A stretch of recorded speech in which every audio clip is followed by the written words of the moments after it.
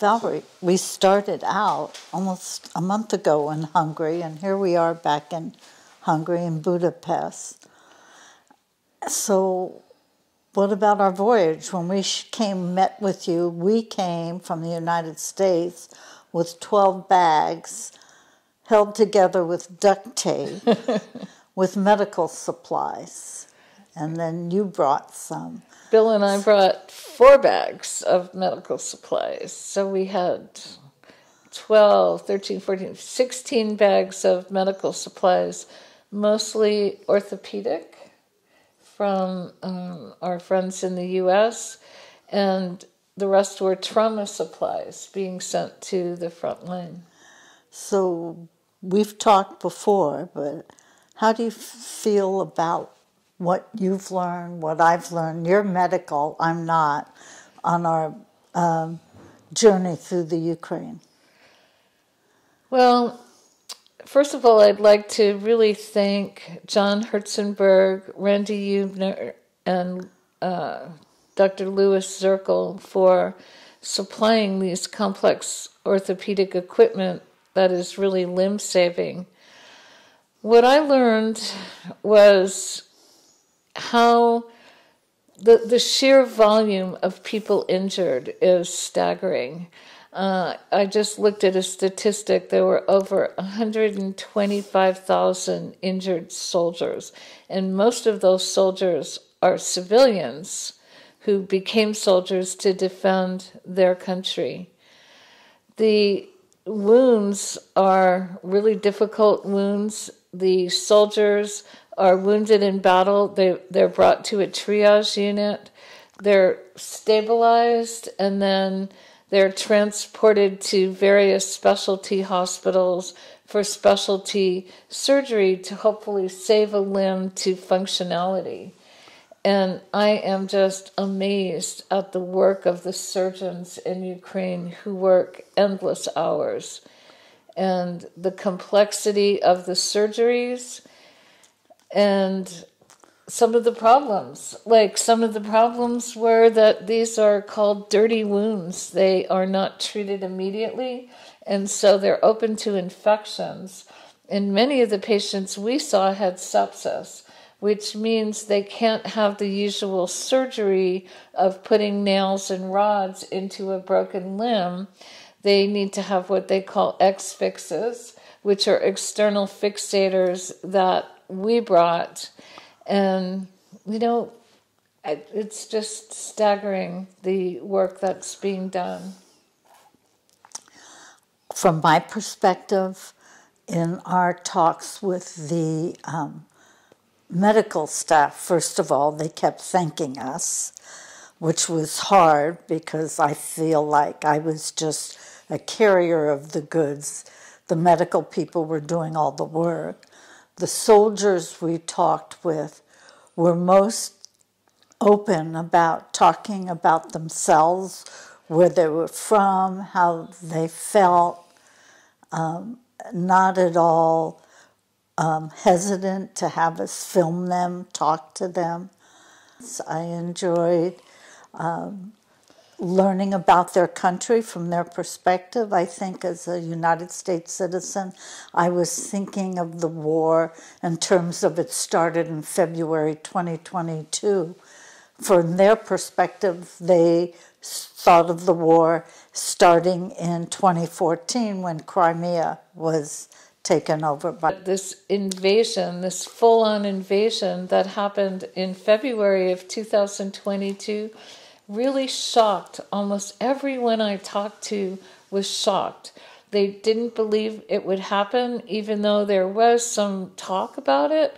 They just never believed that they'd wake up one morning and there would be missiles dropping from the sky and Russian tanks on their street and people being shot and killed. And when the missiles started coming, one of the women we spoke to, who is a volunteer in her community, was saying that nobody knew what to do at first.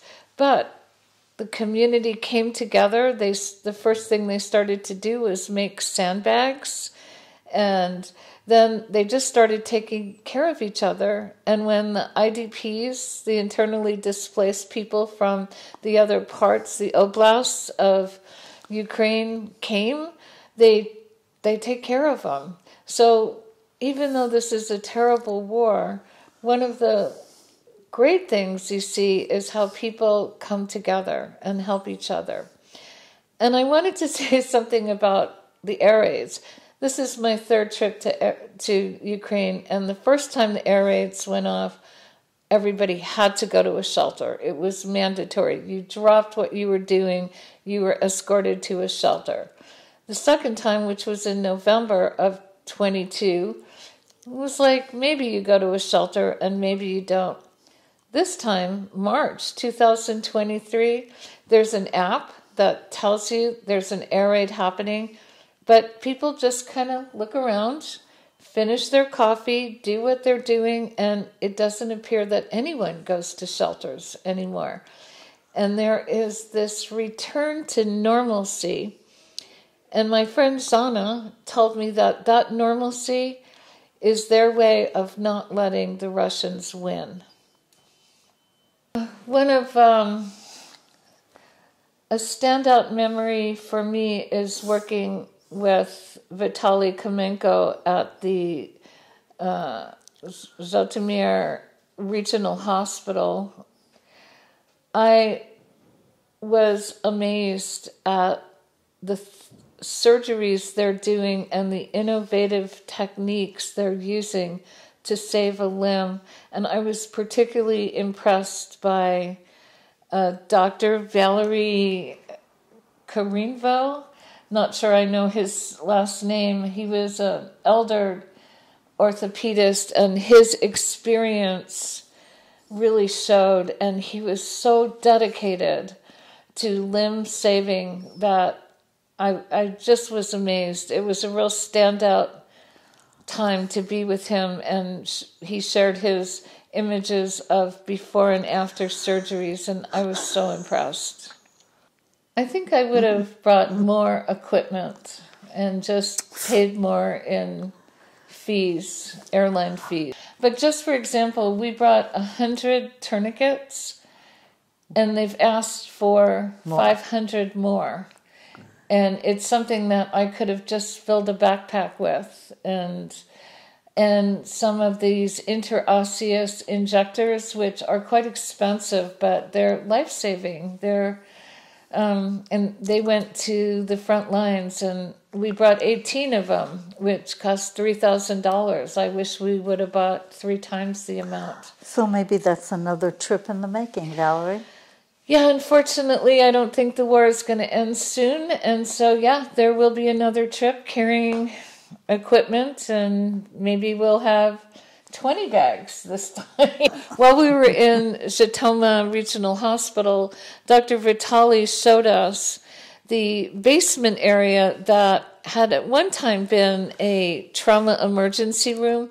Just before the war started, they were renovating it, and then the war happened, and all of the money was diverted to treating soldiers and civilians with, mass injuries. So they didn't finish the renovation.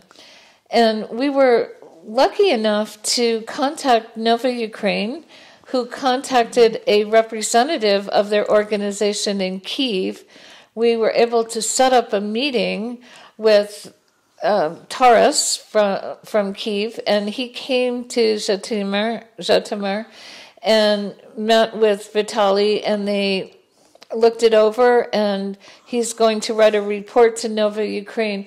And I can say that Hands On Global really supports this project because it will serve a lot of people in this region.